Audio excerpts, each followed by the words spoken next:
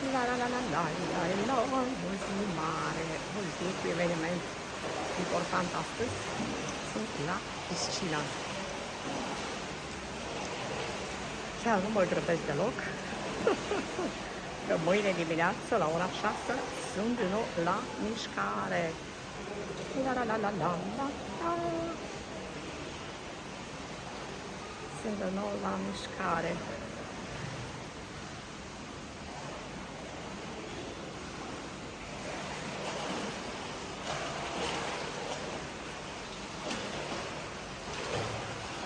Răsfăț la maxim, la maxim.